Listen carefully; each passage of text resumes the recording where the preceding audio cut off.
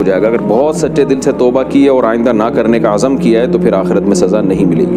السلام علیکم میرے بھائیو، کیا حال چال ہے؟ امید کرتا ہوں سب خیریت سے ہوں۔ میرے بھائیو، اگر آپ نے اپنے کبیرہ گناہوں سے توبہ کر لی ہے، توبہ استغفار کر لی ہے، تو قیامت والے دن کیا آپ کو اس کے اوپر سزا ملے گی؟ اس مسئلے کو جاننے کے لیے مفتی طارق مسعود صاحب کے اس بیان کو پورا سنیے گا۔ بیان پر جانے سے پہلے میرا یوٹیوب چینل سبسکرائب کر لیں اور بیل آئیکن کو دبا دیں کہ ہر آنے والا نیا بیان آپ تک پہنچ سکے۔ آئیے چلتے ہیں بیان کی طرف۔ اگر بندہ کبیرہ گناہ کر لے یا تو اس کے بعد توبہ کر لے سچے دل سے تو آخرت میں اس کا گناہ کی سزا دی جائے گی، یہ معاف ہو جائے گا۔ اگر بہت سچے دل سے توبہ کی ہے اور آئندہ نہ کرنے کا عزم کیا ہے تو پھر آخرت میں سزا نہیں ملے گی۔ لیکن گناہ کر کے توبہ پہ قائم رہنا آسان نہیں ہوتا، خوب سمجھ لو۔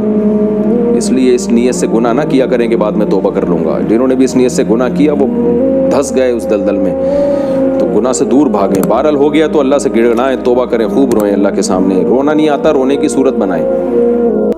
دیکھ لیں میرے بھائی، جو لوگ سچے دل سے اللہ کے حضور توبہ کر لیتے ہیں تو اس کا قیامت والے دن سزا نہیں ملے گی۔ اور آج کل ہم سب سوچتے ہیں کہ جی یہ گناہ کر لو اور بعد میں توبہ کر لیں گے۔ جب ایک دفعہ آپ نے سچی توبہ کر لی ہے تو آپ کو چاہیے کہ اس چیز سے بچیں اور دور بھاگیں۔ اللہ تو بڑا غفور رحیم ہے، وہ سارے گناہ معاف کرنے والا ہے۔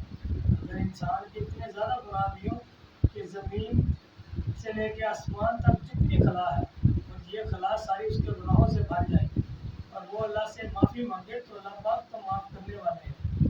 پر ہمیں چاہیے کہ جتنا ہو سکے اتنا گناہوں سے بچیں اور استغفار زیادہ سے زیادہ کیا کریں اور رو رو کے اللہ سے دعائیں مانگا کریں۔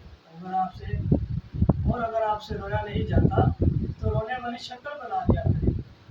ٹھیک ہے میرے بھائیو، اگر بیان پسند آیا ہو تو لائک شیئر کمنٹ ضرور کیجیے گا۔ پھر ملیں گے کسی اور نئے بیان کے ساتھ، مجھے اجازت دیں، اللہ حافظ۔